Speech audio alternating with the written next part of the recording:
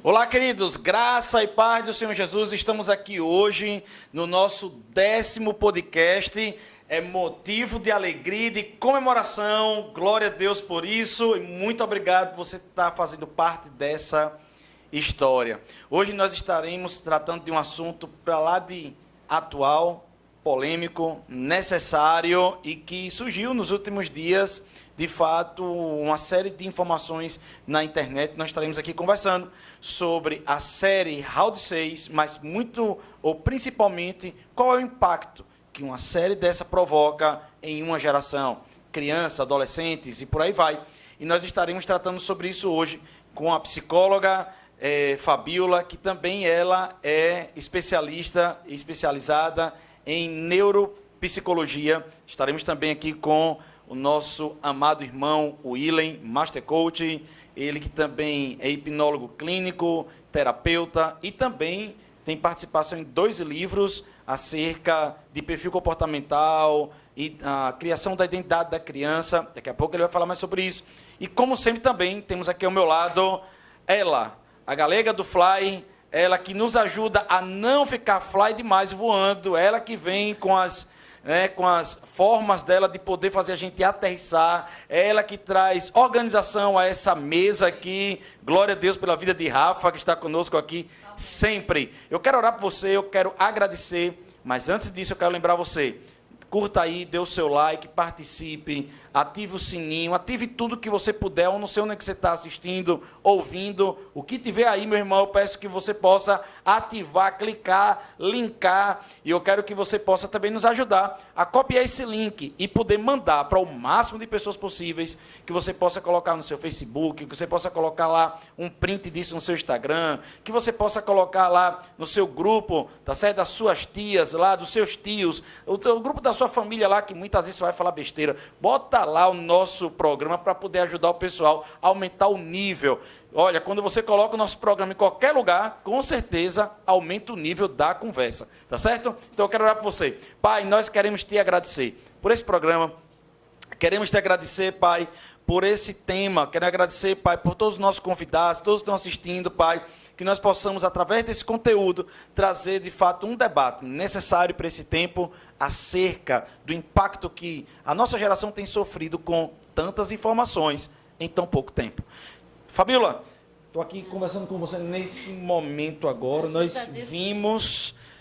vimos, eu pesquisei, na verdade, foi meio que por acaso. Eu, de fato, eu não estou falando isso para dar uma de santo, aquela coisa toda, que eu nem preciso disso e não estou nem aí para, muitas vezes, o que muitas pessoas pensam e que criticam, vamos botar assim. Mas é um fato, é uma verdade, de fato, eu não assisto determinados tipos de filmes, vídeos e séries. Isso eu já tenho desde o meu momento de libertação, né? Eu já não gostava antes, mesmo como ímpio, né? Quando eu estava no mundo, eu não gostava de assistir. Dani mesmo sabe disso. Dani amava, né, filme de terror, filme de suspense. Eu sempre odiei, nunca gostei, né? Nunca gostei dessas coisas. Graças a Deus, né? Nesse sentido, eu sempre tive um bom gosto, né? Mas assim, veja, tudo aquilo que me faz chorar demais, aquilo que me dá medo, ansiedade, eu nunca gostei, certo? Eu sempre preferi aquilo que me distraísse ou trouxesse algum tipo de informação interessante, ou até me alegrasse e me fizesse rir, pronto. Eram mais as minhas opções até hoje, talvez por causa disso também, não sou muito tentado nessa. Cada um tem sua fraqueza, cada um tem sua tentação, e a gente sabe disso daí. Mas o apelo é muito forte, né? O apelo é muito forte. Quando a gente abre o Instagram, o Facebook, o Google, e diz que a série número 1 assistida hoje do Brasil é a série coreana Round 6. E aí eu fui ver a sinopse, fui ver alguns canais especializados em crítica da arte do cinema, e também eu fui ver alguns trailers, né, do que é que se tratava. Depois eu fui ver memes também, o pessoal já usando como meme, né, uma menina lá que com os olhos mata todo mundo. E aí eu fui vendo a coisa, e eu fui entendendo que é muito parecido com aquele tipo de existe um homem chamado Alfred Hitchcock, né? Alfred Hitchcock, ele é o pai ou o papa ele foi ele que escreveu Psicose, foi ele que escreveu outros filmes nesse gênero, suspense, isso, né? O gênero de suspense. Não é um terror, é um suspense, né?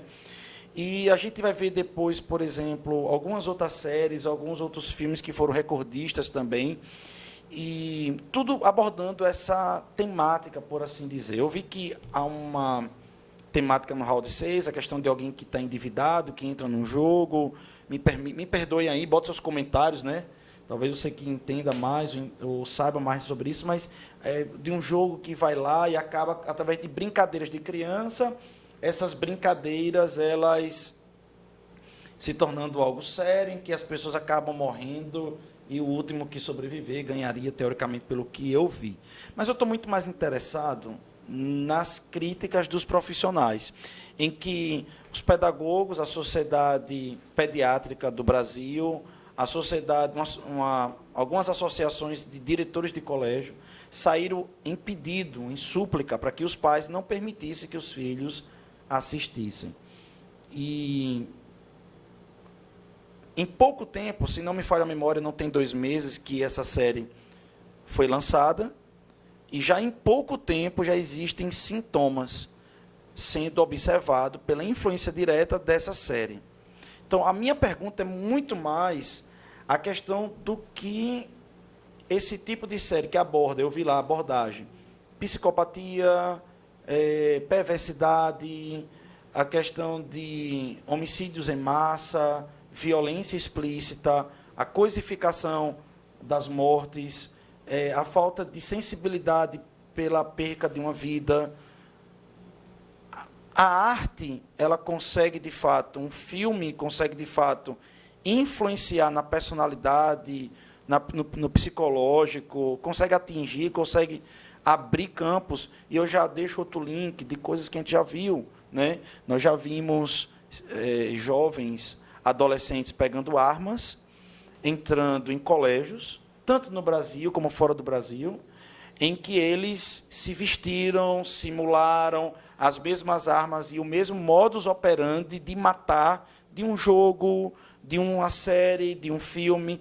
E, recentemente, já concluindo minha pergunta, recentemente eu vi o caso de 3 jovens, na verdade, 2 jovens e um adolescente, se não me falha a memória, em Goiânia, na região de Goiânia, que pegou uma outra adolescente e levaram consigo, fizeram toda uma armação de amizade, aquela coisa toda, encantaram aquela adolescente. Os 3 jovens ricos levaram aquela adolescente e mataram, esquartejaram aquela adolescente, baseada em uma série que a pergunta dessa série é: será que eu sou ou não psicopata? E aí eles quiseram entender se eles eram psicopatas ou não. E pelo que eu entendi, seria até um prêmio ser um psicopata, já que eles conseguiram, e levaram essa adolescente e mataram. Pergunta que eu faço: a vida imita a arte? Convite, né? Até então eu não tinha assistido o filme, ou a série, eu não tinha assistido a série. E aí, a partir desse momento, eu fui ter acesso ao conteúdo que a série trazia. Qual era a proposta dessa série, o que estava se colocando em jogo, quais eram os conteúdos e quais seriam, de fato, as influências. Porque, na perspectiva da psicologia, né, que fala sobre o comportamento, que estuda sobre essas funções, e eu, como especialista também em neuropsicologia, que vai estar trazendo atrelada, vai ser a interface da neurologia com a psicologia, a gente vai estar trazendo estudos de sistema nervoso central a nível de cérebro, a gente vai estar falando sobre esses efeitos na emoção e no comportamento do sujeito em si, quando a gente se confronta, se defronta com essa série, né? Round Six, essa série, né? Ele traz muitas temáticas, muitas questões a serem colocadas em jogo, sim, né? E por que não pensar que há influência? Há sim influência. Tem um estudo, pastor, de Albert Bandura, que ele é um psicólogo renomado, né? Que ele faleceu agora em julho deste ano, 2016, sim. E que ele traz a proposta da teoria da aprendizagem social, que hoje nós temos como a teoria cognitiva social. E essa proposta da teoria da aprendizagem social, ele vem falar que a maioria dos comportamentos humanos, ele é baseado pela imitação, ou seja, pela observação direta ou indireta do comportamento. Se eu estou de frente a um filme que tem essas questões de violência, de agressões, quem pôde assistir o filme, quem assistiu, né, viu bastante momentos de agressão às mulheres, de agressão física, verbal, moral, ética também. E quando a gente olha assim, que aí esse estudo ele traz a seguinte ideia, de Albert Bandura. Ele pegou 36 meninos e meninas e ele dividiu em 3 grupos. Desses 3 grupos, ele trouxe um grupo controle, que esse grupo controle, essas crianças elas não seriam impostas a um filme que ele passaria, a uma influência a partir de uma observação de um adulto. Ele pegou outro grupo de crianças, colocou para observar um adulto, que esse experimento chama-se experimento João Bobo. E outro grupo, ele pega esse outro grupo que teve acesso à observação a partir do comportamento pacífico de um adulto.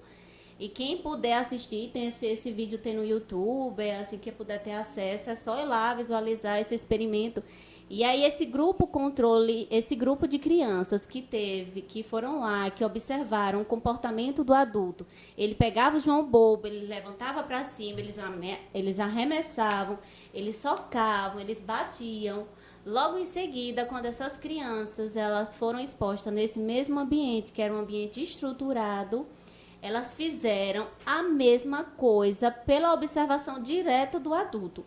Eles arremessaram, eles socaram, eles amarretaram, eles chutaram. E essas crianças ainda inventaram outras formas de violência contra aquele boneco João Bobo.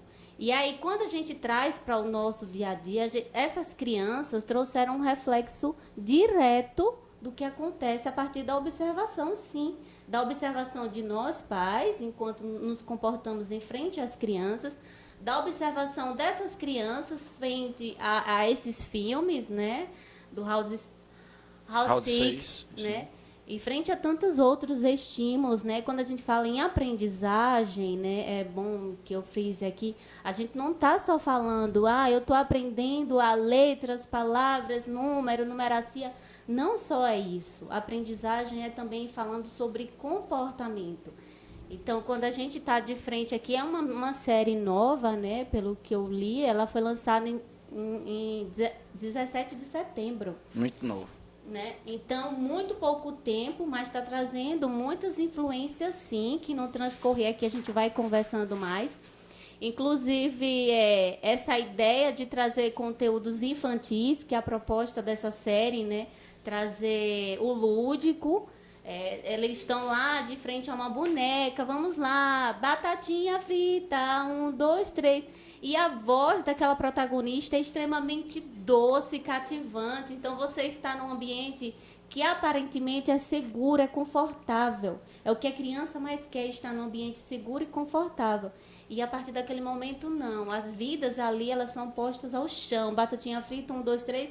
Quem não conseguir atingir o objetivo ou se mexer, é uma vida que se vai. E a criança está de frente a esse estímulo e ela está presenciando uma vida que se vai assim, num piscar de olhos. Então, a gente vai transcorrer aqui, depois a gente vai falando mais. Fabiola, deixa eu fazer uma pergunta. Pelo que você falou aí, você trouxe uma ideia de que as crianças começaram a fazer por mera repetição, ou seja, apenas uma cópia. Isso. Uma criança dessa, depois de um experimento desse, ou até em outras situações, quando se chega a perguntar para ela, por que você fez isso? No caso, tentando trazer alguma consciência, tentando trazer alguma resposta. Até para fazer, completar esse estudo. Foi perguntado para elas, você fez por quê? E qual é a sua resposta delas? Não, esse estudo não trouxe isso. Eram crianças muito pequenas, de 3, elas foram escolhidas de 3 a 6 anos. E a proposta do estudo era para saber, de fato, o processo de que o aprendizado, ele se dá pela imitação. Ok, entendi. Imitação. Então, eu estou emitindo, eu estou vendo um comportamento, eu estou de frente a um estímulo. Certo. Então, eu acabo imitando, Ok. porque eu estou vendo. Agora, é assim, a gente analisando pela base Perfeito. do behaviorismo, né, analistas comportamentais, a gente pode ter essa visão de reforços. Quais são as consequências que podem ser negativas e positivas para essa criança fazer isso? Essa criança fez isso por quê? Né? Por que você fez isso? Houve alguma consequência boa ou uma consequência negativa? Você saiu em vantagem? Houve a punição? Por que do comportamento em si? E a proposta desse estudo, pastor, não foi assim, essa de saber o porquê, assim, por que você fez isso. Embora as crianças fossem também muito pequenas ainda, Sim. esse conceito de moral, né, Sim. que estava sendo internalizado, o que podia, o que não Ok. podia, né, essa faixa de 3 a 6 anos, Ok. né, que aí o conceito de moralidade, ele vai sendo internalizado, acaba por volta dos 8 anos, que também é o que nós determinamos, assim, alguns estudiosos, nem todos completam e congruem da mesma ideia de que a personalidade ela é formada até os 7 anos. Não, eu participei de um congresso agora que muitos profissionais, eles se disseram, não, nossa personalidade é construída durante todo o nosso processo de vivência aqui, nessa vida em que estamos. Então, de acordo com a perspectiva de que a personalidade ela é formada por volta dos 7, 8 anos, a gente tem a internalização de, sim, do que é certo e do que é errado. Então, eu olhar para aquele boneco e arremessar socos, eles tinham até marretadas que saíam batendo porque eles tinham visto um adulto fazer isso. Então, quando a partir do momento que eles veem um adulto pegando uma marretada, tacando no boneco, bom, o adulto é o que eu serei lá para frente. Então, se ele faz isso, por que eu não posso fazer? Por que eu não devo também não fazer? Então, às vezes, ele nem faz essas análises, ele apenas imita o comportamento. Eu vi recentemente tem um cara que eu até respeito muito ele, mas nesse ponto de vista eu discordo totalmente. Um pastor, inclusive, é o pastor Vagnão. Eu acompanho as entrevistas, acompanho os comentários dele acerca de coisas muito contemporâneas. E ele sempre sai muito da caixa, eu gosto muito de ouvir algumas coisas que ele fala, mas eu discordo completamente do que ele falou, eu quero saber sua opinião, né? Não quero influenciar a sua opinião, mas qual a sua opinião? Ele diz assim, olha, eu assisti essa série com meu filho, que é criança, não sei quantos anos tem o filho, a filha dele, mas ele disse que é criança, e disse que preferiu assistir a série com o filho, a filha, o filho, desculpa, eu não me lembro mais se é uma menina ou menina, mas ele disse que preferiu, sabendo que o filho dele iria encontrar isso na escola, Ele disse que preferiu assistir com o filho esse tipo de série e para que, ao ser questionado na escola, pudesse ficar com a influência dele como pai, entende mais ou menos isso. Eu tenho alguns questionamentos, porque se eu começar a usar isso como regra, eu vou começar a pensar que tudo que também tiver que aparecer, que os meninos vão começar a falar, eu vou ter que assistir com meu filho, então eu vou estar expondo do mesmo jeito. A pergunta que eu faço, pedagogicamente, no sentido da psicologia, é correto eu, como pai, expor meu filho a uma coisa que eu sei que ele poderá ser exposto, ou é melhor tratar do assunto de forma, eu não sei, entende, paralela, ou como deveria ser? Esse comportamento é correto, sim ou não? Então, falar em correto também, pastor, vai depender agora dos seus princípios, dos seus valores, né? Alguns profissionais da psicologia, eles vão concordar sim nessa exposição, a esse estímulo. Eu chegar e sentar com meu filho e discutir, fazer o levantamento. Olha, você viu essa situação? Não concordamos com ela, e trazer os motivos do não concordar e achar que o é certo e o que é errado. E a partir dali introduzir esses princípios à vida daquela criança. Ok. Outros profissionais falarão, porque eu vi também, outros profissionais falarão que eu também sigo mais essa linha, né? Eu sigo mais essa linha. Pode até parecer um pouco radical e extremista, assim, de dizer, não, eu vou proteger o meu filho do acesso a esses conteúdos, porque eu já sei quais são os conteúdos, eu já assisti. Eu, como mãe, eu já tive acesso, eu já sei. E tinha cenas, tinha momentos do vídeo lá que não me fazia bem. O nosso nível de estresse e ansiedade aumenta muito. É tanto que saiu a Science, que é uma revista de circulação internacional, sim. e aí outras revistas brasileiras replicaram o estudo. A SAIS publica artigos científicos. Exatamente. Ele publicou, olha gente, ele publicou um estudo agora, que aí saiu sendo replicado por revistas nacionais aqui brasileiras.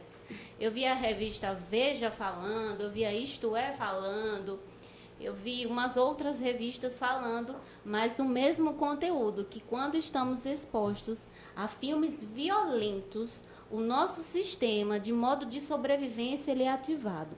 Quando o nosso sistema de modo de sobrevivência ele é ativado, quando a gente faz o estudo, eu já fiz muitos estudos, é o nosso sistema nervoso autônomo simpático. Então, a gente fica naquele movimento ali de lutar ou fugir. Então, muita adrenalina é liberada. Há o aumento gigantesco de cortisol. Cortisol é o hormônio do estresse, mas ele não é maléfico. Não. Ele é fundamental para esses momentos, para esses casos que você precisa lutar ou fugir da situação. Então, eu estou lá sentada de forma pacífica, mas eu estou lá, de frente a lá. O filme está passando e eu estou assistindo, e naquele momento eu estou liberando cortisol para que o meu organismo entre em luta e fuga. Como assim? Eu vou fugir de quê? Não tem nada perigoso à minha volta. Mas foram isso que os cientistas encontraram quando estamos de frente a filmes que trazem conteúdo de violência, de agressão. Então, acaba não sendo nós não somos beneficiados, então, quando estamos expostos a esses conteúdos. Perfeito. Por quê? Porque o nosso organismo ele não foi feito para estar o tempo todo nesse estado de alerta. Porque, olha, quando estamos nesse estado, a nossa atenção aumenta, os batimentos cardíacos aumentam, nós ficamos em estado de hipervigília, há uma tensão muscular, há uma entrada, passagem de ar, então nós ficamos naquele tempo ali, naquela ansiedade, ali vai acontecer, causa sudorese, e os pesquisadores encontraram também, o que fez a confirmação foi a liberação da noradrenalina na saliva, somente eles assistindo os filmes. Show de bola. Vamos lá. William, e aí, diante do que você tem aprendido, diante dos seus estudos, diante de tudo aquilo que você já viu, todos os acompanhamentos que você fez, eu repito a mesma pergunta que eu fiz para a Fabíola, na sua perspectiva, o que uma série pode provocar na construção, desconstrução, e também, se só a participação do pai assistindo já ajuda, é bom, não é interessante, é uma boa prática? Primeiramente, pastor, Rafaela, Fabíola, né, uma honra estar aqui novamente com vocês, poder partilhar um pouquinho, trocar uma ideia. Antes de responder a pergunta do senhor, pastor, eu queria falar sobre uva. Rafaela É bem aí, gosta muito do meu filho, eu tenho um filhinho de 2 anos de idade, e ele gosta muito de uva, né, Rafa? Rafa, quem bem sabe. E esses dias eu peguei ele comendo uma uva amassada, ele falou assim, Eca! E fez uma cara, Eca! E aí a gente perguntou assim, Fabíola, onde é que ele aprendeu isso, hein? Esse Eca, menino de 2 anos de idade. Aí eu comecei a investigar, a pesquisar, entender, e a gente viu que ele vê um videozinho no YouTube, YouTube Kids, né, que a gente põe pra ele, e lá a menina que brinca faz Eca, Eca. Ele aprendeu um Eca vendo um vídeo. Você me permite te falar uma coisa? Sim, fica à vontade. Rapaz, eu passei por uma experiência engraçadíssima. Foi muito interessante isso, verdade. Sofia tinha 2 anos de idade, tem 8 anos. E teve uma epidemia na sala, no colégio, né? Colégio lá em Aracaju. A gente mora aqui em Itabaiana, você que não sabe. Na metrópole do avivamento mundial, tá certo? Você que não sabe, você vai conhecer cada vez mais. E aí o que é que acontece? Aí disse que do dia para a noite as crianças começaram a dar língua.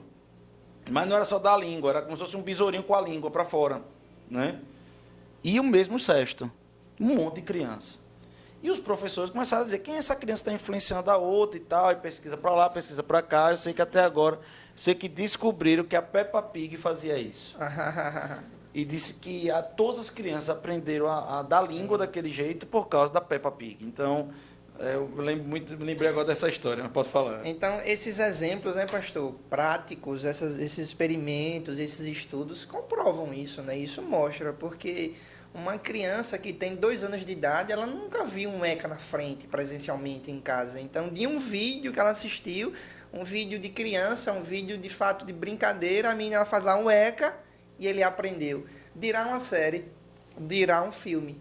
Então, eu acho que cabe o pai, cabe a mãe, né, sem trazer aqui o olhar julgador, mas o olhar de opinar, digamos assim, como profissional, a gente tem que blindar os nossos filhos. Eu tenho aprendido, pastor, cada vez mais que a influência está em tudo, né? Eu preciso ter cuidado com o que eu vejo, com o que meu filho assiste, com o que meu filho lê, com quem que ele anda, onde que ele fica, porque isso é algo poderoso. Então, há um livro chamado O Poder das Conexões, né? Então, lá também tem vários experimentos científicos, e eles mostram que os adultos são influenciados, né? O livro mostra que quando a gente está próximo de uma pessoa depressiva, em um raio de 5 quilômetros, a gente se fica um pouco mais triste.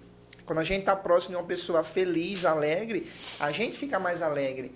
Então, não é só com o adulto isso, é com a criança. Eu diria que com a criança isso é muito mais forte ainda. William, por quê? Porque o adulto faz filtro. O adulto, ele faz escolhas. Quero isso, não quero, sou isso, não sou. A criança não. A criança, ela é tudo que ela vê, que ela ouve, que ela escuta, que ela presencia, ela toma como verdade, né? Ela não tem um filtrozinho ali mental de saber o que é bom, o que é ruim, o que é certo, o que é errado. E outra vez também, pastor, meu filho está no hotelzinho desde o começo do ano.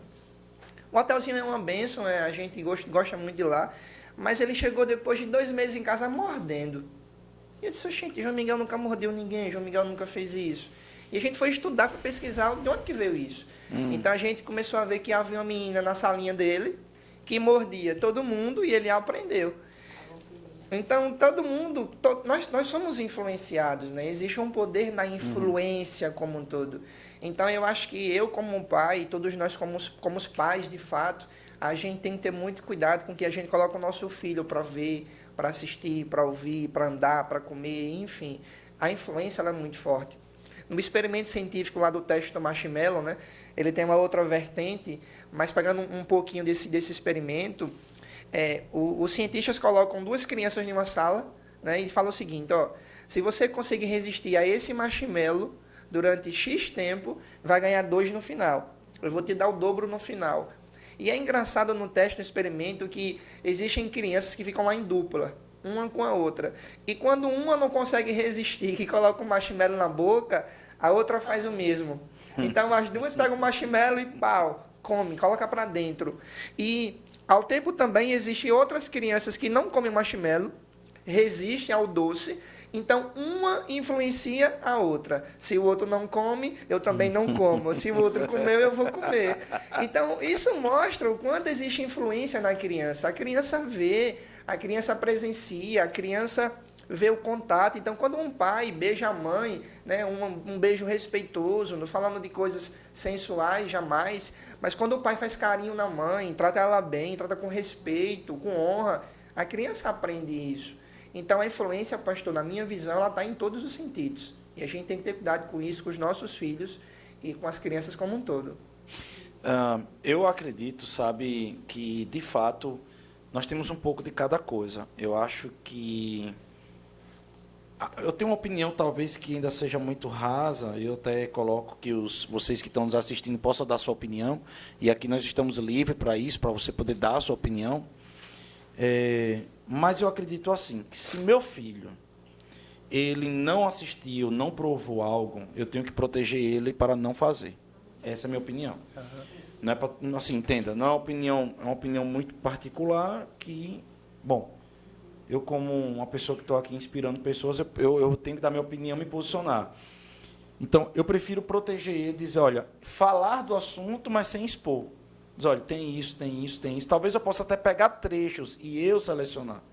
Eu selecionar aqueles trechos e mostrar, olha, você vai ver isso, você vai ver aquilo, mas não condicionar o ambiente, ou condicionar a pessoa àquele ambiente. Agora, se eu sei que meu filho, de alguma forma, infelizmente, acabou vendo, absorvendo, assistindo, aí sim, eu acredito que eu vou aprofundar ainda mais ainda, talvez reassistindo com a pessoa, com minha filha, no caso, ou talvez percebendo junto com ela, de forma mais afim com aquela situação ali. Mas eu acho muito complexo, porque talvez me parece, isso eu não estou julgando também, mas às vezes me parece que o pai está querendo assistir, quer botar o menino dentro e quer tipo dar uma desculpa de que, não, vamos lá, vamos discutir essa questão aqui. Mas, na verdade, talvez eu queira assistir. Eu vejo, eu vou só finalizar meu raciocínio, só um minutinho, Rafa. Veja, eu vi um comentário de um dos meus seguidores, né, ele, numa das minhas redes, e eu amo todos os meus seguidores, eu amo demais as suas opiniões, e não estou aqui para criticar, mas nós podemos discordar com muito respeito. E um dos meus seguidores falou assim, olha, pastor, eu acho que existem coisas feitas para adulto e tem coisas feitas para criança. E nós deveríamos ser assim, né? Deveria ter um conteúdo para adulto e para criança. Eu não respondi nada, e eu acho que foi até uma coisa que veio agora no meu coração para poder falar. E eu acho assim, eu acho que tem coisa que nem para adulto. Eu acho que tem coisa que não é boa para ninguém. Por exemplo, um jogo de videogame que eu tenho que entrar no jogo, assaltar banco, eu tenho que matar todo mundo, eu tenho que roubar carro para conseguir uma meta dentro do jogo. A pergunta que eu faço é, por que eu quero isso? Por que aquilo me faz bem? Porque eu sou de uma época que Batman era Batman, Coringa era Coringa. Eu sou de uma época que He-Man era He-Man, esqueleto era esqueleto. Não entende o que eu estou dizendo? Mocinho era mocinho, bandido é bandido. E agora eu estou vendo os para-heróis, não, existem heróis. Os personagens, os heróis, né, estão querendo transformar. Anti-heróis, né? São anti-heróis, não é bandido não, são anti-heróis, né? Então agora tem uma figura do anti-herói. Eu sei que na década de 90, 80, Stan Lee já fazia isso, eu não estou dizendo que é novidade, mas ganhou uma força muito grande. Né? Antes as pessoas queriam ser Superman, a pessoa queria ser Batman, a pessoa queria ser, né, Arqueiro Verde, por aí vai. Hoje não, tem gente que quer ser Coringa. Entende? Então, eu começo a perceber que é como se fosse a coisa está se tornando normal, está se normalizando. Sim. E uma coisa que Paulo ensina é que nós temos que derrubar as fortalezas. E de onde ele tira isso? Ele diz, olha, nossa luta, nós temos que lutar contra as fortalezas. Veio de uma ideia justamente da antiga Sicília, em que o imperador, naquele tempo, ele matava muitos piratas e não resolvia o problema. Ele não resolvia os problemas. Então, foi o que ele fez. Eles pegaram as fortalezas dos piratas e começou a destruir as fortalezas dos piratas. E ali acabou a pirataria. Por quê? Porque não adianta matar, entenda o que eu estou dizendo, as pessoas. Você tem que matar a ideia. Seria mais ou menos isso, é o que está sendo passado por Paulo naquele momento. E aí eu fico pensando se Existem coisas que, de fato, é para adulto. Eu acho que não, acho que, inclusive, nem para adulto. E eu vou só, de fato, concluir e já passar a bola para vocês também, para a Rafa aqui. Em Filipenses 4:8 diz o seguinte: finalmente, irmãos, tudo que é verdadeiro, tudo que é respeitável, tudo que é justo, tudo que é puro, tudo que é amável, tudo que de boa fama, se alguma virtude há, se algum louvor existe, seja isso que ocupe os vossos pensamentos. Sabe, eu não acho que é errado ter coisas boas nos pensamentos. Eu não acho que é errado. Ele está dizendo claramente, gente, bote para dentro coisas boas. Evite o que for coisa ruim. Nós não podemos evitar, nós não podemos nos tornar imune, né? A gente não pode se tornar imune, mas evitar a gente pode. Né? Recentemente estávamos numa pandemia. Né? A pandemia, graças a Deus, acabou. Mas estávamos na pandemia. O que nós fizemos durante a pandemia? Evitar. Colocamos máscara, colocamos álcool em gel, tomamos vacina, para evitar. Ou a gente saiu com a cara rodando, vamos entrar ali no centro de Covid, vamos entrar, sabe, em tudo que é canto lá. Não. A gente evitou. Se blindou, né? Se blindou. Mas tiveram pessoas que evitaram e acabaram se contaminando? Sim. Então, não estou dizendo que a gente pode não vir a se contaminar no mundo. Mas a gente tem que andar com máscara. Eu acho que, emocionalmente falando, espiritualmente falando, tem que proteger os nossos. Quanto mais no meio eu estou, mais eu posso ser contaminado. Eu não acho que essa regra é uma boa regra para um cristão. Eu não acho que essa regra seria uma... Não sei, eu estou apenas dando uma opinião aqui na mesa e deixando todos livres, inclusive você que está nos assistindo. Amém, pastor. Eu queria colocar aqui um contraponto para vocês. A gente começou falando aqui mais da questão psicológica, né, das crianças e da influência que essa série, e dentre muitas outras que existem, que estão afetando, né, o comportamento dessas crianças e do futuro delas também. Né? Se isso não for tratado, elas crescem adultos com distúrbio de personalidade e outras coisas. Né? Mas o que eu queria colocar aqui era a questão o pastor tocou aqui na pandemia. Não tem como a gente tratar de qualquer assunto sem falar um pouco sobre a pandemia por trás. Então, essa série, eu também não tive a oportunidade de assisti-la, né, na íntegra, de todas as formas. Também não vou me influenciar por isso, mas pelo que eu já li também percebi, a questão financeira é o cerne. Né? A questão financeira é o cerne. E a gente está com um movimento de retorno de economia para alguns setores, para outros não, mas o cerne é a parte financeira, ao meu ver. E o autor, né, o criador da série, ele misturou um problema financeiro, que é uma coisa que afeta mais os adultos, né? E colocou uma coisa lúdica que atinge as crianças. E em outra contrapartida, estamos no momento em que o trabalho home office ele é o ápice no momento. Né? Eu, hoje em dia, trabalho home office, meu esposo também. Não temos filhos ainda, mas a gente percebe a influência que isso tem, até do pai poder querer se concentrar em casa e deixar o filho com um tablet ou com um celular para que ele possa deixar ele trabalhar. E muitas vezes eu entendo, assim, numa mera opinião minha, não sou a profissional da área aqui como vocês, né, que é coach, que é psicóloga, mas que isso faz com que muitas vezes os pais não deem tanta atenção ao que eles estão vendo, porque eles estão tão focados no trabalho e não conseguem perceber o quanto está sendo embutido na mente dessas crianças. Por isso que tem sites que dizem que está para ser a série mais vista da Netflix. Não é uma das, é a mais. Então, assim, em tão pouco tempo, em menos de 2 meses de lançamento. Então, eu queria que vocês pontuassem essa questão em relação a, tipo, o problema financeiro que essa série coloca, né, a opinião de vocês em relação a isso, porque isso afeta os pais diretamente, aquele instinto de sobrevivência, porque tem muita gente que foi lesada pela pandemia, ainda está se recuperando, e também a atenção das crianças, porque os pais estão tão focados em trabalhar, mas também e o tempo que as crianças estão ali dedicadas, né? Aquela influência tecnológica. Nós somos uma geração tecnológica, mas as crianças estão mais embutidas nisso. Eu passo por locais e eu vejo crianças vidradas, e o pai fica aí, viu, só mais um pouquinho, fica aí só mais um pouquinho. Né? Então, isso está realmente fazendo com que essa série tenha essa abrangência, né? Então, eu queria saber a opinião de vocês nesse aspecto. O que deveria, Rafa, se tornar um lazer, uma diversão, né? Algo tecnológico, virou um estilo de vida, né? Fique no cantinho aqui, assista aqui, e aí, às vezes, o pai desconecta da criança, desconecta da família, desconecta de estar ali, né? Em conexão, em atenção plena.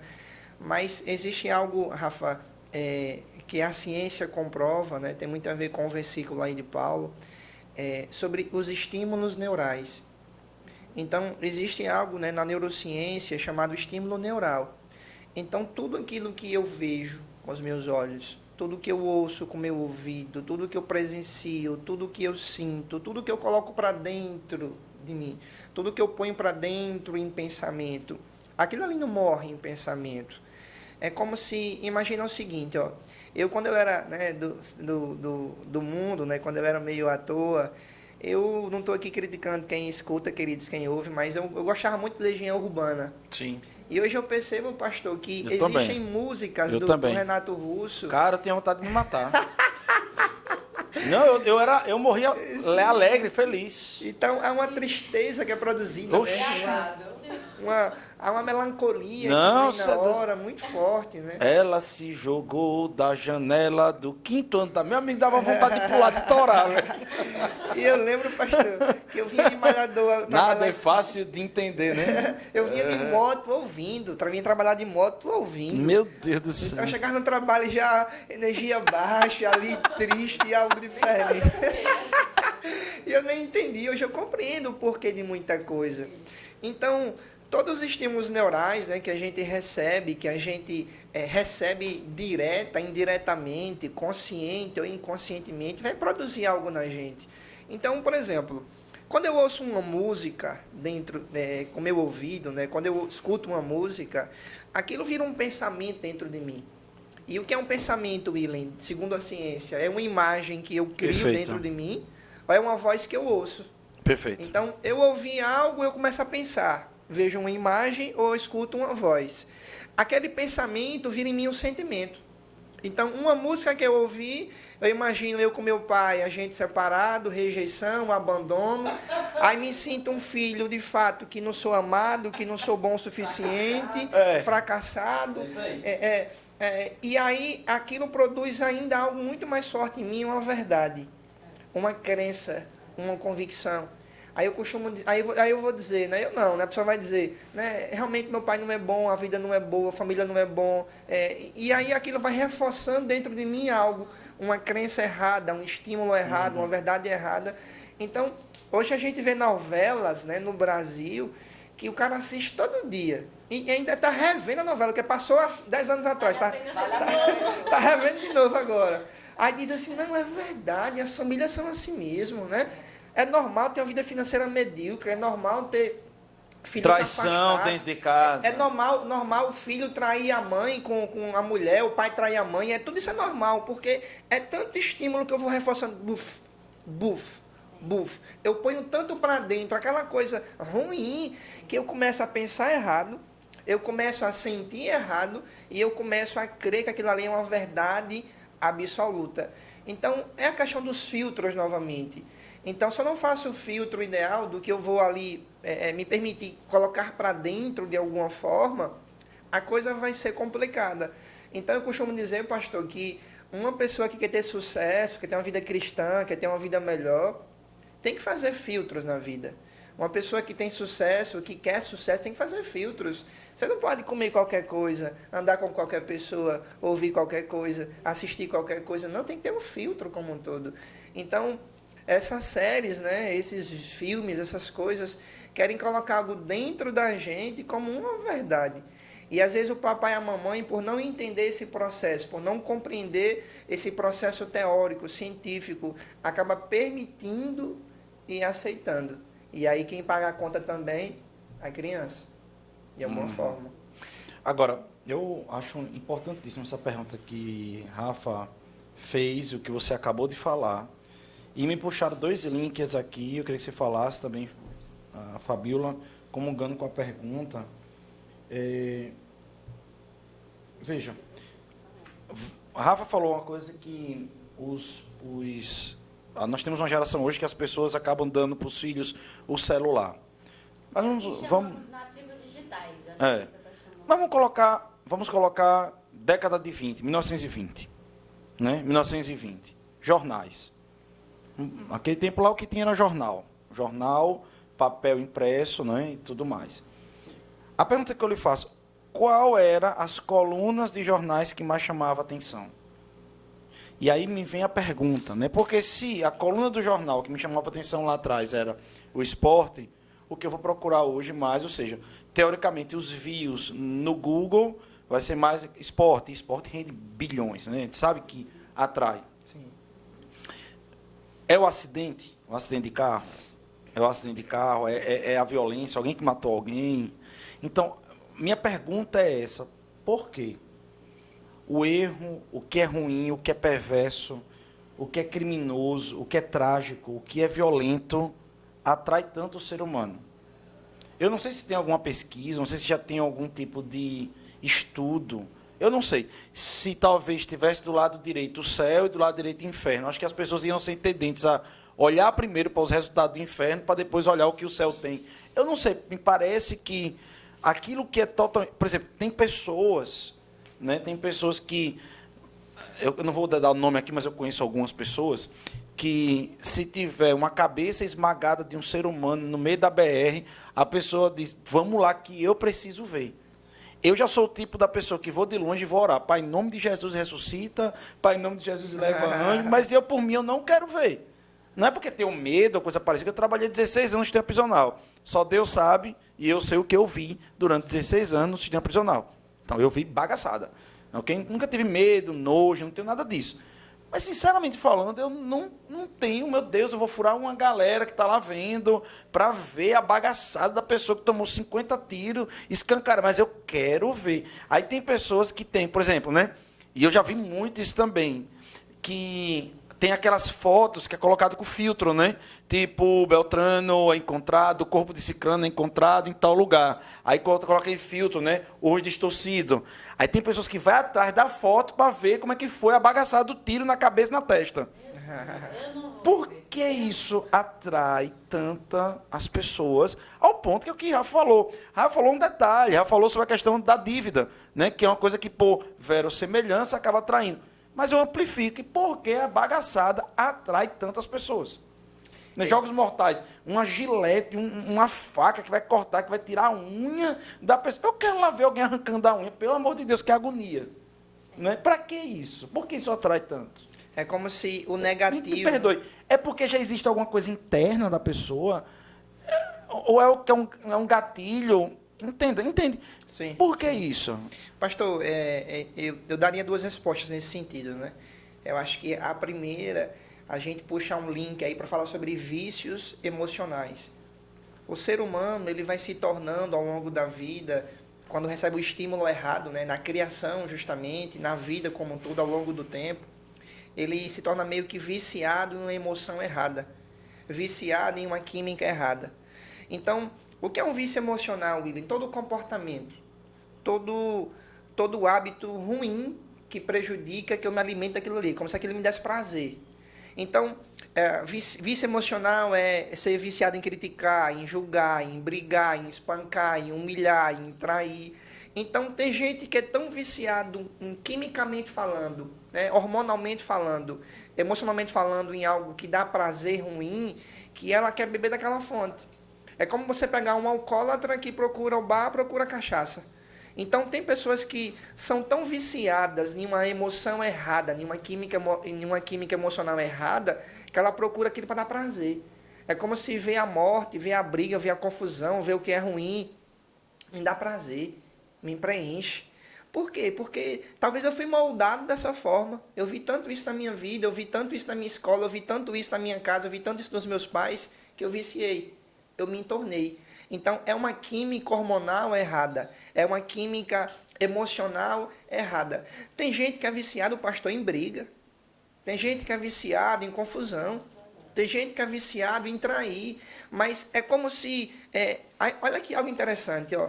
Todo viciado emocionalmente no dia a dia, Rafa, ele vai ter um codependente. Então, o bêbado só bebe porque existe a cachaça, vício em álcool. O drogado só fuma, só cheira porque tem a droga. Então, ambos se encontram. O viciado na emoção errada, ele vai ter alguém que alimenta isso nele.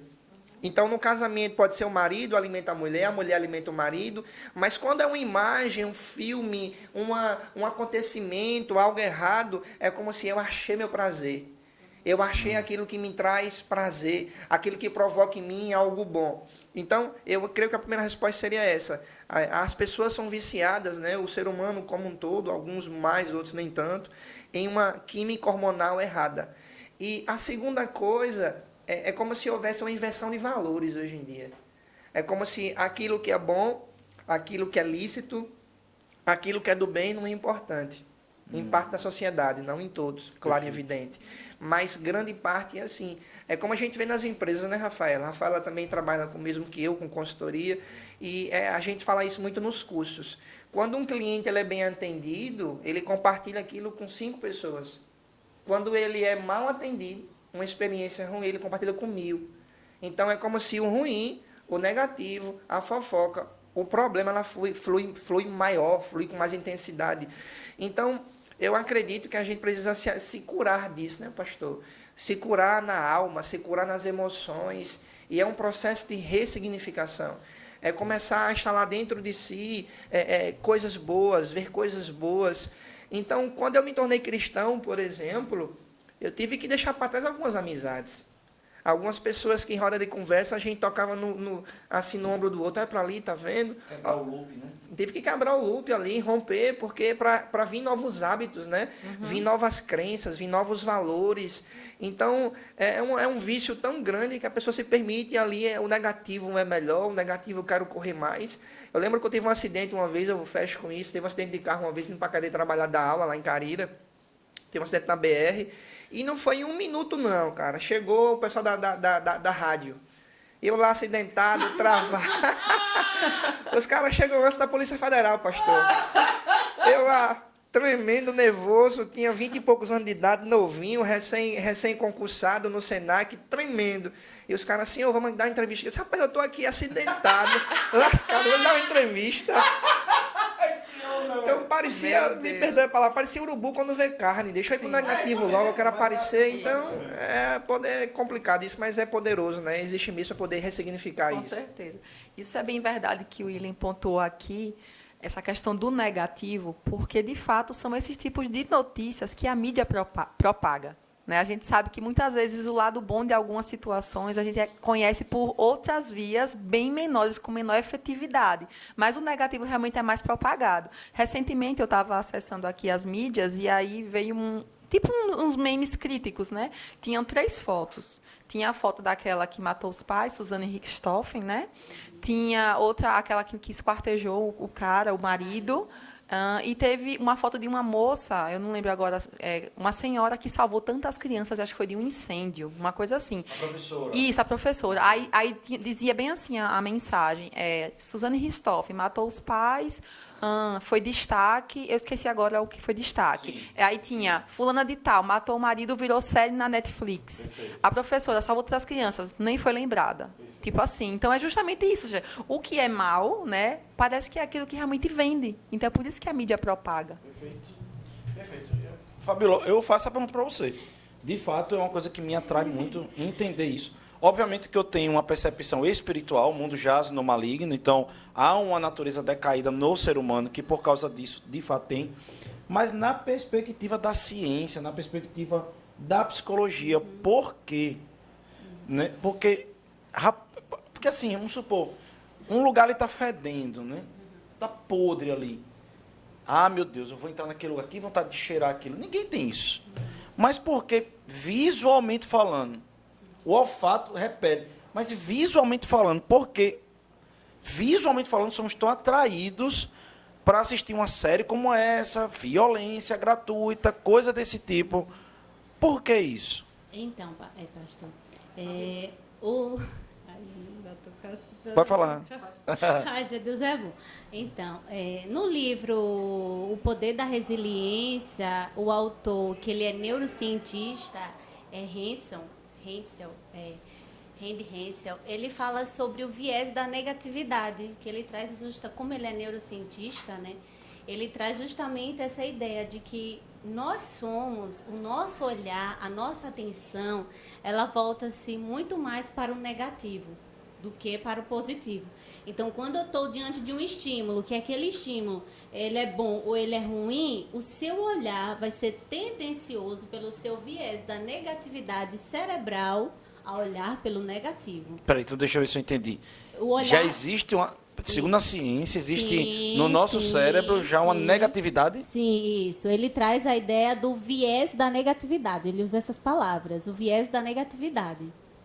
que em termos neurocientíficos, essa é a ideia. Que quando você tiver que olhar para um estímulo, que ele é bom ou ele é ruim, o que mais vai te chamar a atenção é o que é ruim. Por que isso? Então, por causa disso, porque esses neurônios, essa circuitaria cerebral, há uma tendência a olhar mais para o negativo. Uau. Há uma tendência. É Meu tanto que Deus. ele traz a ideia de que a população, no geral, metade é negativa e metade é positiva. E a depender da influência que você tiver, você vai desenvolver comportamentos com valores negativos ou comportamentos com valores positivos. E o bom de você estar em volta de pessoas positivas é isso, né? Você sabe que você vai encontrar à nossa volta pessoas negativas. Mas eu vou voltar um pouquinho Uau. à ideia do filme, da série, né? Porque eu acho interessante trazer para vocês um conteúdo que é a Associação de Psicologia, que aí quem tiver o interesse, eu posso estar publicando aqui o site e ter acesso ao conteúdo Sim. da informação que ele posta um relatório informativo abordando diante de estudos que eles fizeram, né, de assistir filmes violentos. Ele traz 3 grandes efeitos quando a gente tem acesso a esse tipo de conteúdo negativo. A gente está falando agora, né, voltado para essa ideia. O primeiro é que a gente fica menos sensível à dor e aos sofrimentos dos outros. Então, eu tô lá. A proposta do podcast hoje é contaminação ou lazer. Então, se eu estou de frente a um estímulo e esse estímulo ele é violento, ele me possibilita um lazer? A gente faz essa reflexão. Se ele traz conteúdos que vai me propiciar esse momento de relaxamento. A outra ideia, o outro efeito que a associação traz de psicologia é que as crianças e adolescentes, elas apresentam comportamentos, elas acabam ficando mais amedrontadas em relação ao mundo à sua volta. Então, em situações simples, corriqueiras, que elas possam se sentir seguras, confortáveis, elas podem encontrar ali, naqueles momentos, a partir dos estímulos que ela acabou tendo, se sentir insegura e amedrontada. E outra questão que ele traz, o último grande efeito, é que elas se comportam de maneira mais agressiva e nociva em relação aos outros. E aí, quando eu falo isso, eu volto também aos critérios diagnósticos que ele nos alerta sobre os transtornos de conduta, comportamentos antissocial. O comportamento antissocial não é aquele comportamento que eu digo, eu não gosto de ir para a rua, eu não gosto de sair. Não, não é isso não, viu, gente? Comportamento antissocial são comportamentos agressivos. São comportamentos que eu olho para o outro, eu não sinto remorso em fazer o outro sofrer. E aí, quando a gente vê a criança já emitindo esses sinais, ela está lá, tendo acesso. É o que o diagnóstico vem falar, né, dos fatores de riscos. Ela está lá no ambiente sendo exposta a esses fatores de risco, essa violência, essas agressões, a um ambiente que nada é favorável para o crescimento saudável dela. Aí ela vai começar a emitir alguns sinais de desvio de conduta. Que aí você pode ver ela agredindo, você pode ver ela destruindo, você pode ver furtando. E aí a gente precisa, enquanto nós aqui, enquanto assim, membros de uma igreja, educadores, pais principalmente, estar alerta aos sinais de suas crianças. Então, essa criança exposta a esses conteúdos, presta bastante atenção ao que ela tá se alimentando. Quando o William trouxe a ideia que ele falou diga, William, que você... Não, do experimento não, que você estava com seus colegas, naquele momento ali, da música. Sim. Da música, que ele chegava, ia lá ouvindo a música, no som, ele estava se alimentando de quê? Né? Bem assim somos nós, com os nossos filhos. Eu tenho um filho. Quando meu filho disse que assistiu 2, 3 episódios, eu disse, meu Deus do céu, na minha casa. Então, acontece conosco. E aí eu disse, filho, deixa amanhã assistir com você. E aí eu fui assistir. Quando eu assisti acho que foram 20 minutos do conteúdo, eu disse, eu não quero mais você assistindo isso. Porque eu sabia dos prejuízos que podem vir causar. Mas muitas vezes, Fabiola, eu me lembro muito, isso é muito engraçado, eu me lembro, caiu uma ficha, você me falando isso aí, Eu me lembro que tinha o TV em Casa, né? Era TV em Casa, do SBT. Sim. Acho que era TV em Casa. Eu sei que era a sessão da tarde, era na Globo, e tem o TV em Casa, Cine em Casa, Cinema em Casa. Cinema em Casa, que era o SBT. Aí eu me lembro que meus amigos, eles diziam, eu assisti Freddy Krueger, né? Eu assisti Freddy Krueger. Óbvio, hoje se eu for assistir Freddy Krueger, era um negócio até estranho, até ridículo, né? Um cara com a mão de tesoura velha na mão e rapaz, se você dormiu, ele pega, uma coisa desse tipo, né? E outra, eu gostava dele também que ele era flamenguista, né? Com a camisa do Flamengo, né? Mas tava lá, Freddy Krueger, ele e meus colegas tudo. Já assistiu o Freddy Krueger? Tô falando que tinha 12, eu tinha 12 anos de idade. Já assistiu o Freddy Krueger? Pô, não assisti. Só que eu tinha medo de filme teatro. Como você, nunca gostei. Aí, Freddy, já assistiu o Freddy Krueger? Eu disse, não assisti, nunca assistiu, tal. Aí ficava aquele negócio, nunca assistiu, tal. E era à noite, o negócio aparecia à noite. Não, mas então, assim, eles assistiram, esses meus colegas com 10, 12 anos, eles assistiram à noite, tá entendendo? Assistiram à noite, porque não podiam ir pro cinema, né? A sessão era proibido. Então, beleza. Aí o Cinema em Casa disse, cara, vai passar a semana toda à tarde. Eu disse, pronto, agora é a minha oportunidade de se enturmar, né? De me enturmar, eu vou assistir esse negócio. Cara, quando eu assisti o primeiro, né? Assim, nem o primeiro todo, eu assisti, que ia fazer 1, 2, 3, toda a sequência do Freddy Krueger, que eu vi que o cara, ele ia morrer e tal, que ele morreu e depois aparece como um espírito lá e tal. Meu irmão, eu fiquei com tanto medo que eu não consegui mais assistir nada. Eu nunca assisti nada, depois eu fiquei com tanto medo daquele negócio. E às vezes, eu percebo que como seu filho, ele e minha filha e por aí vai, vem um apelo de aceitação. Os amigos tudo, já assistiu, e você já assistiu. E depois que você fala esse negócio aí que a gente tem uma tendência a ser puxado para bagaçada mesmo, negatividade, e é verdade, porque você vê, por exemplo, essas pegadinhas, né? As pegadinhas nos atrai tanto, né? De ver alguém se dando mal, alguém se arrebentando, né? Aquela coisa toda. Então, gente, e aí eu começo a perceber e entender que, de fato, a gente que prega a palavra, nós que cremos em Cristo, nós que cremos, a gente não pode entender que isso é normal. Porque hoje, vem cá, Deus nos fez assim? Eu fico perguntando, Deus ele nos fez assim para ser atraído para o que é ruim? Quando nós estivermos no céu, nós vamos ser atraídos, o que é que está acontecendo lá no inferno, né? Vamos deixar um pouco o céu aqui, vamos lá ver o que é que está acontecendo no inferno. Eu não imagino que vai ser desse jeito. Então, algo aconteceu com o ser humano. E se nós estamos num processo de redenção, a gente tem que voltar à origem.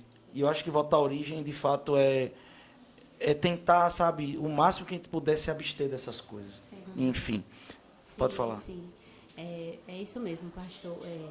Eu vou dar uma ideia aqui, por exemplo, o brincar, né? Quando a gente olha assim, vamos pensar em lazer, né? Porque a ideia do podcast é contaminação ou lazer. Sim, perfeito. Vamos pensar assim no lazer, a ideia do lazer. O que vem a ser um lazer para criança, para família, assim, etc.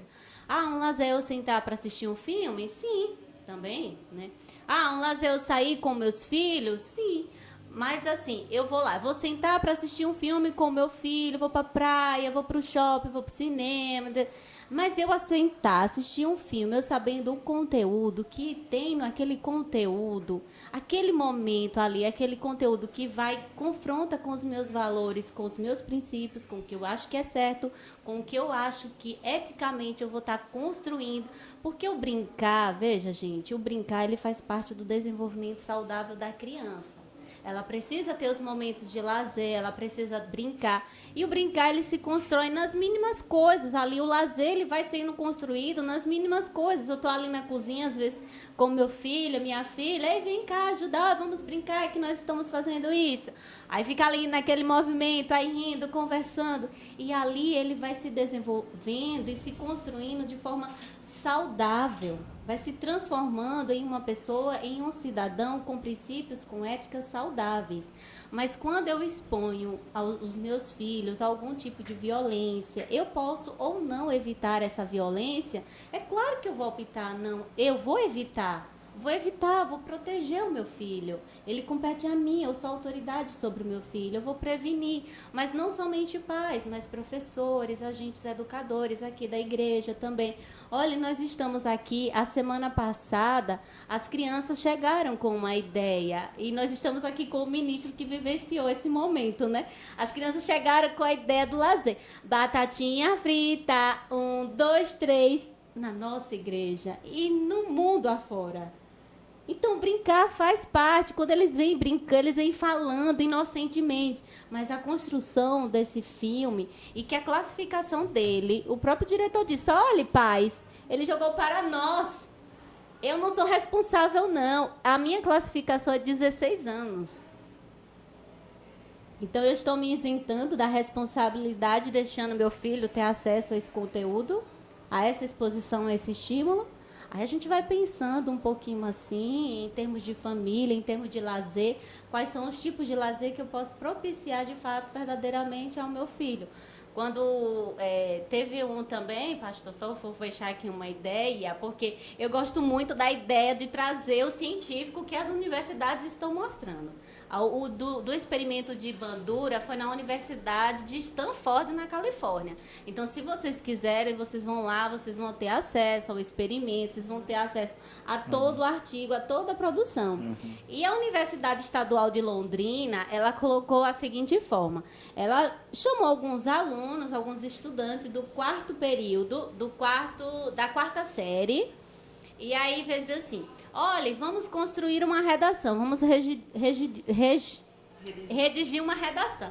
Aí os alunos foram lá, mas o objetivo do experimento era saber o nível de agressividade, o comportamento agressivo das crianças.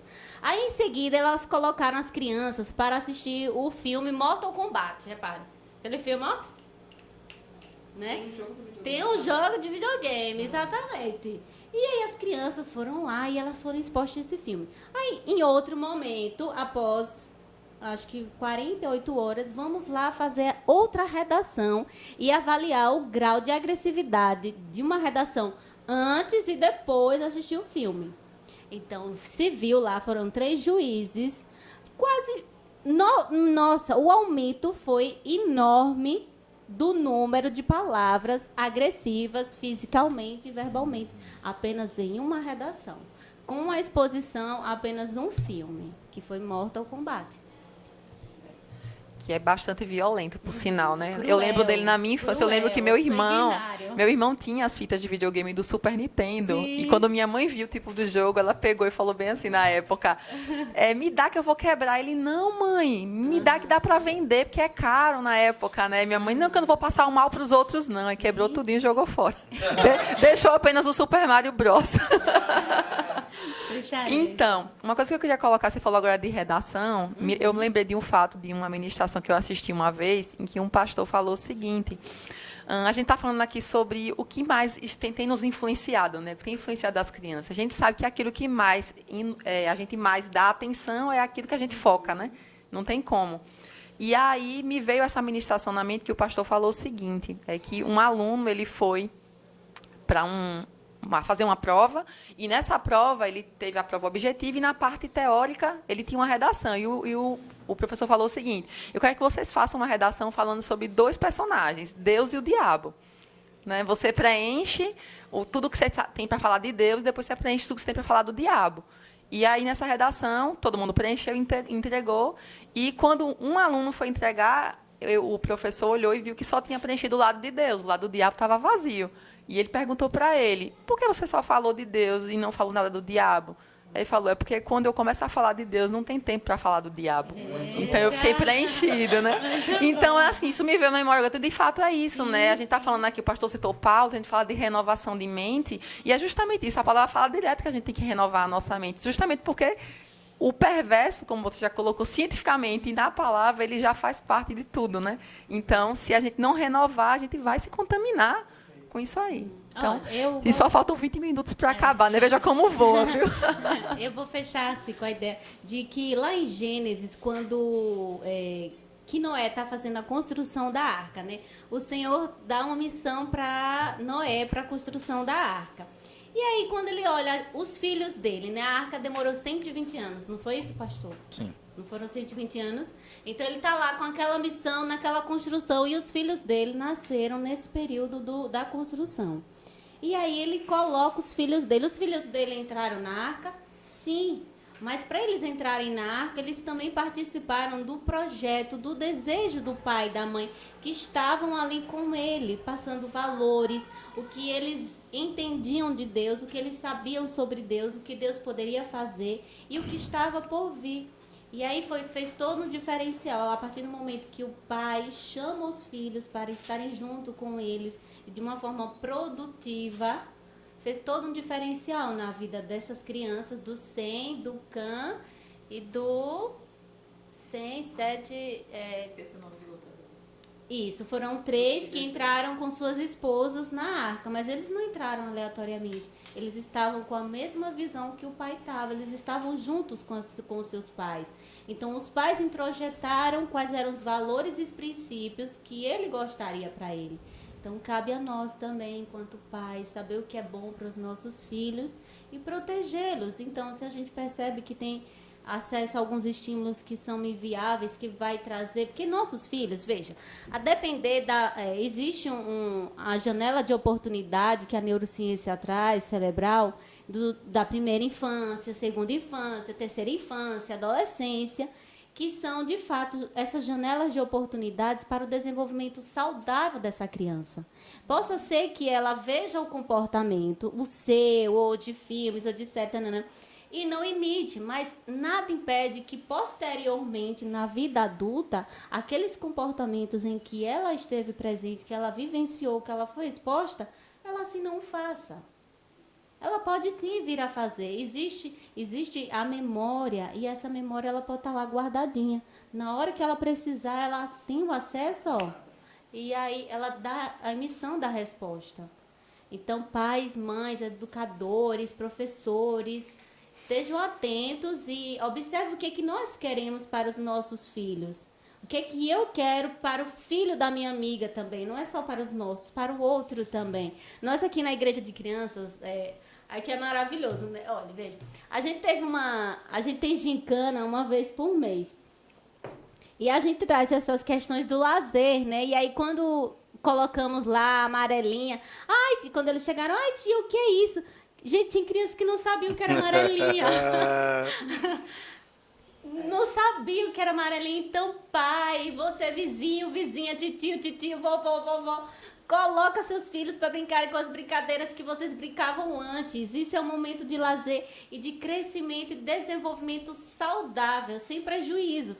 Terá coisas que seu filho, seu conhecido, que é criança, que ele não vai ter o entendimento, a compreensão e a maturidade para discernir de fato o que é benéfico e o que é prejudicial. Então, cabe a nós, enquanto adultos, ter esse olhar e chegar e levar essa criança, esse jovem, esse adolescente ao caminho que a gente acredita que é certo. Então, você faz uma autoanálise, veja o que é que você quer para ele e o que é que você quer deixar também para o outro, porque às vezes o seu valor não é o melhor valor para aquela criança nem para aquele jovem. Então, veja qual é o melhor para ele e assim o incentive a fazer.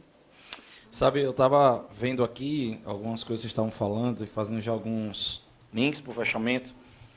E a primeira coisa que você falou sobre lazer, né? Eu estava pensando aqui, eu me lembro muito que no sistema prisional, quando eu estava lá trabalhando, e a gente estava todo mundo tirando plantão, naquele tempo entrava plantão, todos tiravam plantão, e a gente experimentava uma realidade muito dura no sistema prisional. A gente pegou um sistema totalmente falido, totalmente cheio de corrupção, totalmente cheio de problemas, totalmente cheio de tantas limitações. E eu trabalhava, passava 24 horas trabalhando, e eu me lembro que surgiu uma série chamada Prison Break. E, para ser muito sincero, eu nunca assisti nenhum episódio, praticamente. Eu acho que eu só assisti um pedaço de um episódio para saber do que se tratava. E os meus colegas, dentro do presídio, diziam, gente, vamos para casa, tal, quando a gente chegar, a gente vai assistir Prison Break. Aí no outro dia eles iam conversando sobre Prison Break. Aí eu disse um dia, rapaz, vocês passam um plantão na prisão e no momento de lazer de vocês vão assistir Prison Break. Eu não entendo, eu não consigo compreender. Eu acho isso muito doido. E era assim a galera lá dentro assistindo. Gente, por favor, não estou dizendo para você que o seriado não presta, que é bom, que não é. Mas, pelo amor de Deus, a gente passava 24 horas na prisão. Tudo que eu não queria era ouvir. Era sobre prisão. Poderia ser prison, algodão doce, sei lá o que fosse. Eu só não queria ouvir falar sobre prisão, meu irmão. Eu não queria ouvir essa palavra. E aí eu chegava em casa e era exatamente isso aí. Lazer, para mim, a ideia de lazer é você, sei lá, se desintoxicar, é você deixar a sua vida mais leve, deixar a coisa mais engraçada, mais lúdica, mais saudável, é sair daquela realidade, sabe? Eu só imagino uma pessoa que está no Bom Combate da Fé no câncer, né, fazendo quimioterapia, radioterapia. Aí a pessoa pega, vou para casa agora, depois de uma quimioterapia, assistir um filme de alguém que está fazendo quimioterapia. Isso é loucura, eu não entendo um troço desse. Então, sabe, às vezes a gente vive uma vida, a gente vê tantas realidades e tantas situações, e a pessoa às vezes vai para, como você falou, trazendo essa temática sobre lazer, o que é lazer. Eu acho que lazer é uma coisa que vai unir, algo que vai trazer algo gostoso, um momento maravilhoso. E por aí vai. E aí eu me lembro, no caso, o William falando aqui sobre a questão de Legião Urbana, e quando a gente olha para o Legião Urbana, a gente vê que a gente vai lá para trás para Machado de Assis. Se a gente vai para Machado de Assis, né, que está ali dentro do realismo, né, aquela questão lá da literatura brasileira, né, do realismo, e aí a gente vai ver que o realismo surgiu do pessimismo, e o pessimismo dos seus maiores autores foi Arthur Schopenhauer, né, com o seu livro Dores do Mundo. Então, Dores do Mundo, ele vai trazer ali aquelas...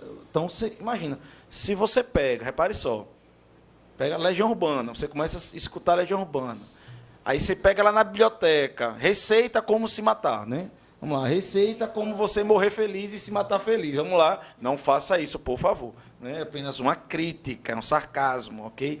E aí alguém diz assim, não, eu vou agora morrer feliz. E bota lá, Legião Urbana, que era o que eu fazia. Eu fazia isso. Não faça isso. Não faça isso, crianças, né? Então, você pegava lá, botava Legião Urbana, eu botava um litro de vinho, e fazia isso.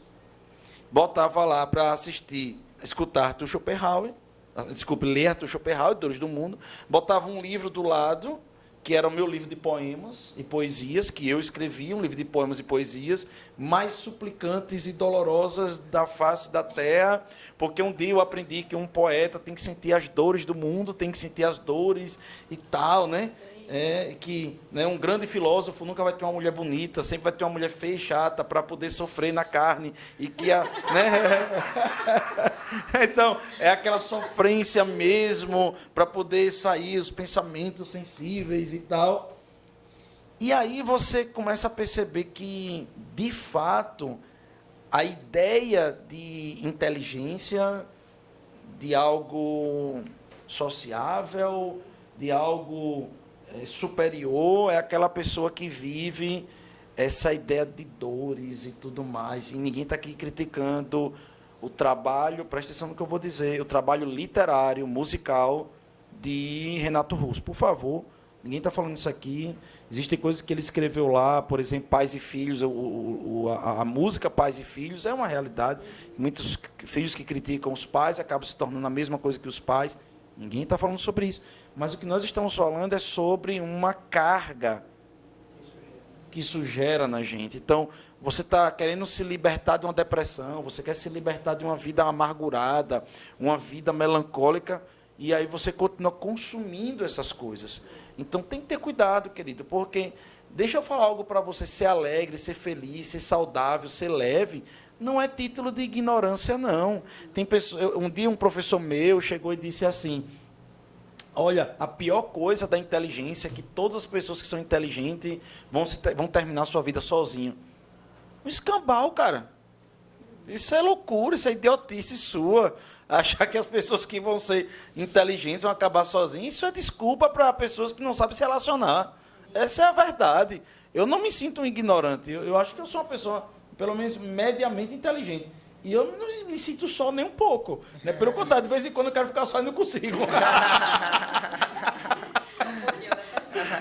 E assim, eu acho que é idiotice esse negócio aí. Inclusive que eu era um dos defensores disso. E aí eu vejo o que Rafa falou aqui sobre essa experiência da redação, em que a criança, o garoto, a garota disse lá que não, que eu escrevi aqui, foca em Deus, não tem como focar no diabo, e fecha com essa ideia de Fabíola, fala da gente brincar com as coisas que antigamente a gente brincava e tal, e daquilo que o William falou, de entregar o celular e aquela coisa toda. Eu fico pensando que talvez o que nós temos é um vazio. E todo vazio precisa ser ocupado. Então, se você tem uma dinâmica de preenchimento, uma dinâmica que você tem algo que você gera conteúdo para os seus filhos, que você gera conteúdo ali para, sabe, dentro da sua casa, sabe? A gente faz muito lá em casa o seguinte, minha filha agora está lendo a 6ª Bíblia dela, né? A Bíblia Mangá, né? Então, já está mais da metade. Então, por ano, praticamente, desde quando ela aprendeu a ler, ela está lendo uma Bíblia por ano. Então, ela está agora lendo a Bíblia Mangá. Então, ela termina de ler a Bíblia Mangá, aí a gente já está deixando ela mais livre. Então, ela está do lado dela com um outro livro lá que responde os devocionais. E a gente debate em família aquilo dali. Me lembro que recentemente agora foi Esaú e Jacó. E aí ela dizendo, como assim? Ele nasceu se agarrando no pé e tal. E a gente começa a conversar ali sobre essa questão e debater sobre aquele tema. E começamos a levar para uma profundidade maior aquelas questões ali. Entenda o que eu quero falar. Eu acho que muitas vezes estamos terceirizando. Uma coisa que a gente pode fazer algo poderoso dentro da nossa casa, né? E finalizando, eu acredito que quando a gente tem um bebezinho ali, né, e o bebezinho está chorando, a gente empurra ali a chupeta, né? Ele quer chupeta, toma aí a chupeta. Mas muitas vezes quem está dando a chupeta, quem não quer brincar com a criança, não quer, que fez um filho, mas não quer brincar com ele. Sim. Muitas vezes a gente fez um filho e não quer que ele esteja mamando em você, não esteja vinculado a você, a gente quer um filho distante. Então, sabe, que o leite artificial lhe crie, que o programa artificial, as relações artificiais dos programas lhe criem. Mas em alguns momentos eu digo, eu tenho um filho, sabe, como se fosse um troféu, e nós precisamos voltar a ser família. E eu acho que quando a gente preenche esse espaço, é o que a Rafaela acabou de falar. Você fica tão cheio daquilo que não tem espaço para outra coisa. Você não tem como, não há e não entra. Não se comunica. Você está tão saudável, tão limpo, que não precisa daquilo. E assim, pastor, não estou falando aqui que não existe autismo, que não existe déficit de atenção. Claro, existe, é fato, é real. Mas alguns livros, né, já trazem uma vertente que, às vezes, o papai e a mamãe rotulam o filho, rotula a criança, que ele é autista, que ele é não sei o quê. Nem levou no especialista ainda. O pai e a mãe já rotula. Ah, porque meu filho é imperativo, é não sei o quê. E às vezes não é. Às vezes a criança só quer uma atenção, só quer um cuidado, só quer ali uma atenção plena. Hoje eu estava com meu filho em casa, ele no telefonezinho vendo lá o videozinho dele que ele gosta. A gente também dá, existem regras lá que a gente põe para ele. Mas eu peguei uma bolinha, deixa eu Miguel, vamos brincar aqui. Aí comecei a cabecear a bolinha na cabeça dele. Buf, buf. Aí ele largou o celular. Papai, bola, vamos jogar. Gol, gol, gol. Então, às vezes, o ser humano está numa rotina tão puxada, tão automática. E a gente está perdendo essa essência, né? Esse viver família, esse viver presente, esse dar atenção. E, infelizmente, a gente vê uma conta chegando da humanidade por causa disso, né? Perfeito. Então, eu sempre digo que a gente tem que ser top em tudo que nós fizermos, né? Não é ser perfeito, mas é fazer com excelência. Sim. Então, às vezes, o pai e a mãe são excelentes profissionais. São excelentes economistas, psicólogos, administradores e por aí vai. Mas por que não também ser excelente pai? Sim. Excelente mãe, excelente educador, né? E eu também digo que eu contrato para o meu filho, terceirizo cuidados. Sim. Nenhum hotelzinho, nenhum berçário, mas não terceirizo o amor, não terceirizo a atenção, não terceirizo a educação dele. Então, ainda que eu contrate alguém para tomar conta dele durante o horário de trabalho, mas eu contrato ali o cuidado. Mas o ser pai, não. Sim. O ser mãe, não. Isso compete ao pai e à mãe. Então, as famílias estão precisando entender isso mais e viver isso mais na prática, né? Sim.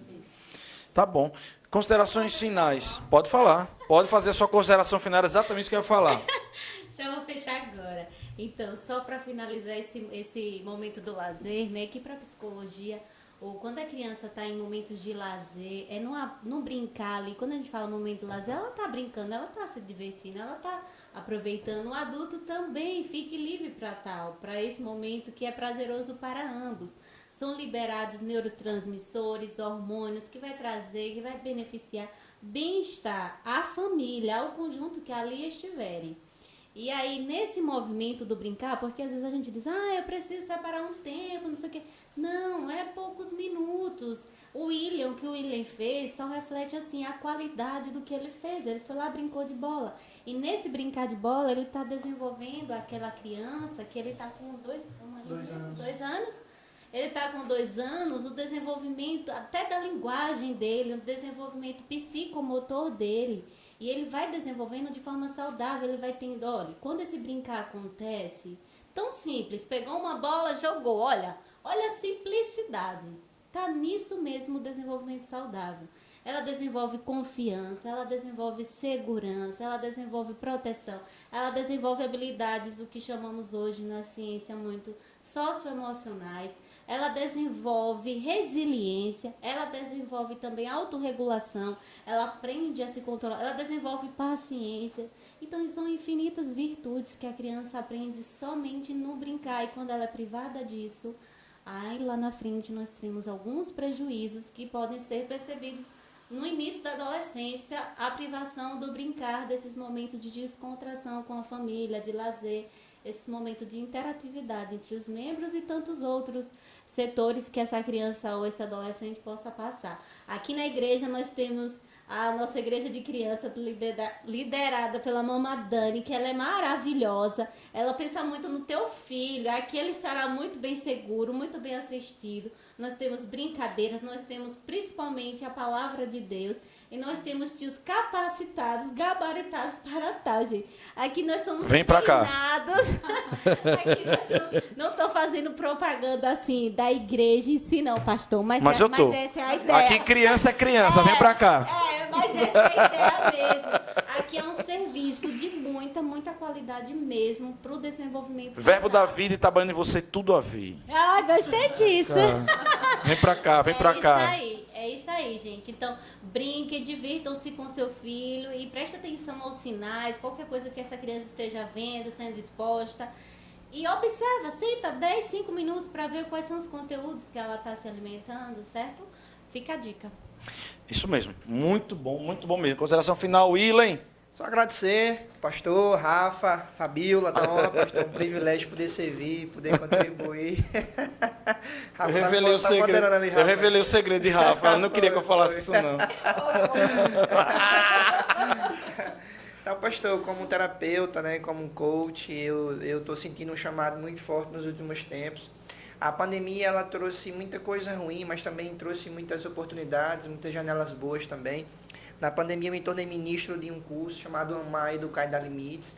É um curso para os pais criar filhos melhores, com inteligência emocional.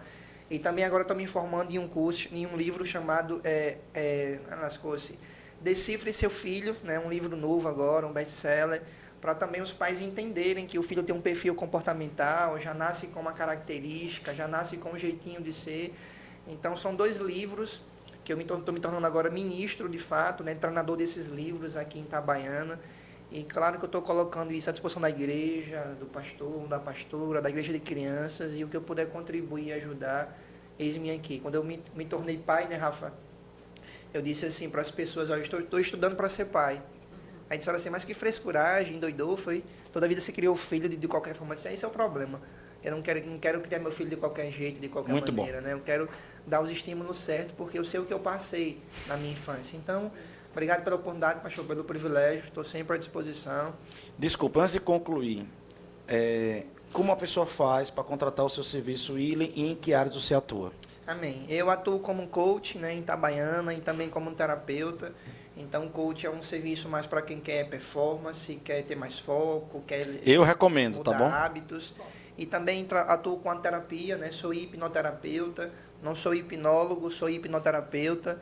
E atuo também com traumas, questão de ansiedade, enfim, um trabalho mais terapêutico também. Tenho o meu local aqui em Itabaiana, meu escritório aqui em Itabaiana, ali próximo do hospital. Com princípios cristãos e maravilhosos. Tenho atendido muito cristão, pastor de fato. Sim, né? muito bom. Tem sido natural isso, Sim. como tudo. Enfim. E todos que vão para lá e voltam melhor. Assim, Amém. recomendo, é um trabalho paralelo, nós não somos completos, nós somos um corpo. E muito obrigado pelo seu trabalho. Amém, pastor. Então, estou à disposição aí no Eu valido. Selo 9001, espiritual, Amém. pastor Joselito, Agora decolou o resto valido. todo agora. Eu valido de torar. Amém. Então, estou no Instagram aí, @willen.reis, também no WhatsApp, aí os irmãos conhecem o número e estou à disposição, que eu puder servir e contribuir, eis-me aqui. Fabiola, em que áreas você atua? Como faz para as pessoas poderem lhe contratar, ter o seu trabalho? Como é que você faz aí? Então, eu sou psicóloga, especialista em neuropsicologia. Eu estou atualmente atendendo na Clínica Vitale. Vocês podem ter o acesso também pelo Instagram na Clínica Vitale. Tem a numeração lá. Também estou com parceria com o Alex Cardoso, lá em Aracaju. Nós estamos juntos no projeto de avaliações neuropsicológicas. Nunca se ouviu falar tanto em desempenho cognitivo, sim, e nós estamos trabalhando isso, que a gente faz avaliação da sua atenção, memória, concentração, da sua linguagem, da sua inteligência geral, fluida, cristalizada, e aí traçar todo o perfil seu cognitivo para com o seu melhor funcionamento. Se você está passando por um processo de esquecimento, ou um processo que você acha que acredita que tem origens, bases genéticas de demência, ou você tem uma criança que você suspeita com traços, como o Ilen falou aqui da palavra do autismo, né?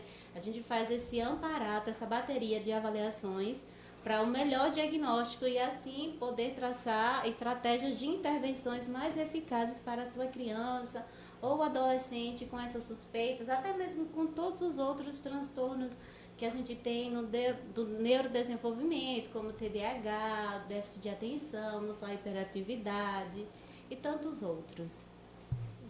Amém, glória a Deus. Eu vou dar minha... No caso, o Rafa, quer falar algo? Sim? Não, pastor. Tá bom, então. Então, eu queria dar uma opinião final aqui, antes da gente partir para o nosso brinde. E, mais uma vez, agradecer a participação de todos para esse material tão oportuno e tão necessário. Eu ouvi uma coisa que Fabiola falou, que me levou muito a considerar aquilo que eu ia, de fato, finalizar. Em que ela disse que, das experiências, o que foi percebido que, ao final, as crianças elas se tornaram mais insensíveis, com medo, e que elas estavam, de uma forma, demonstrando agressividade e nocividade. Então, eu fico pensando que, talvez, quando eu permito, por exemplo, como no Museu do Man, alguns 2 anos atrás, uma criança se permitir ser tocada por um adulto nu, e uma criança tocar em um adulto nu, eu percebo que eu vou permitindo no lugar, e eu entendi a ideia das pessoas, dos idealizadores, que seria mostrar que a nudez é algo natural, algo normal. Entretanto, todavia e porém, será que eu, ao coisificar, normalizar determinados comportamentos, eu não estou tirando o senso crítico que deveria existir?